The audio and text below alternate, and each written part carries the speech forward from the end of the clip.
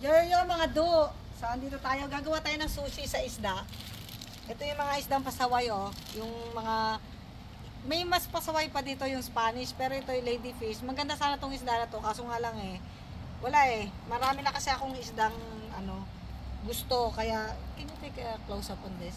Kaya ang gagawin natin itong sushi sa halaman, fresh na fresh, yung bago nating huli. Yan oh, grabe oh, pulang-pula pahasang nito.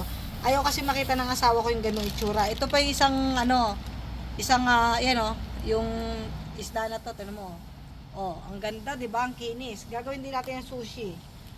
Ito isa pang isusushi natin ito. Sushi-sushihan din, no. Hiwain natin kasi tawag dito. Ito yung bangus ng Florida, by the way, mga do, no. So ito siya, no. Kami. So ito na siya, yung atin ditong butas, may butas tayo dito, the butas, the hole. Kukunin lang natin yung butas. So nilagay ko na yung isda dito, nakita mo to. It shows, honey. I'm zoomed in, Pagka. I'm zoomed in. So ito na siya, oh, yan. Ilalagay mo dyan yung sinushi mo dyan. Tapos ito yung mga pasaway na isda para makaganti tayo. Lagay natin dyan, no. Ito, lagay din natin to dito. Yan. So ang gagawin natin, tatakpan mo, dami-damihan natin kasi yung papaya natin, kailangan ng maraming nutrient ang papaya.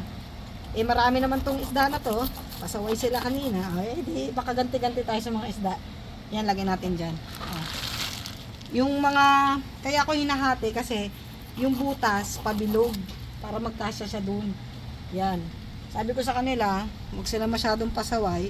Wala Nagpapansin din dun sa isdaan kanina. Ito, ang ganda pa oh. Aray! Sobrang fresh oh. Natutusok ako doon Sobrang fresh ng isda. Bagong huli. Ayan na siya. Ngayon, gawin natin. Dahil itong halaman na to, hindi niya na kinaya yung pressure ng papaya. Kasi nga, inaagawan na siya ng papaya ng sustansya. Yan Lagyan natin ng tawag dito lupa.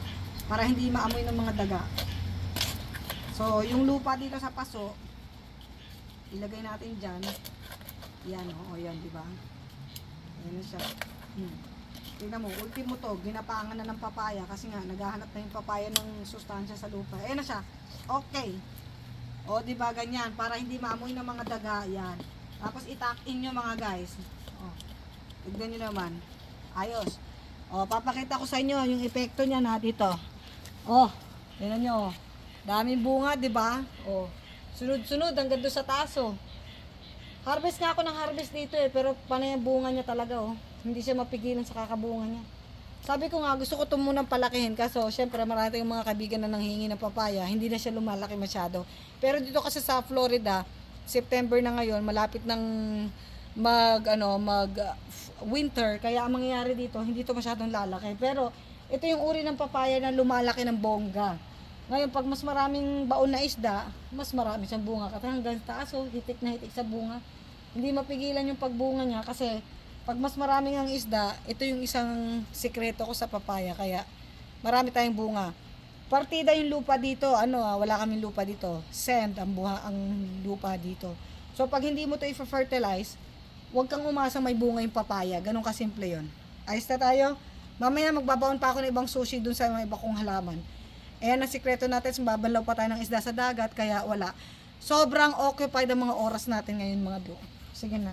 Ito honey, just take me a picture of this one. Di ba?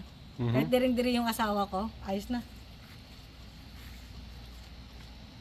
Ayan na. Kakariling ko na to. Sige na, ayos na yun honey. That's it.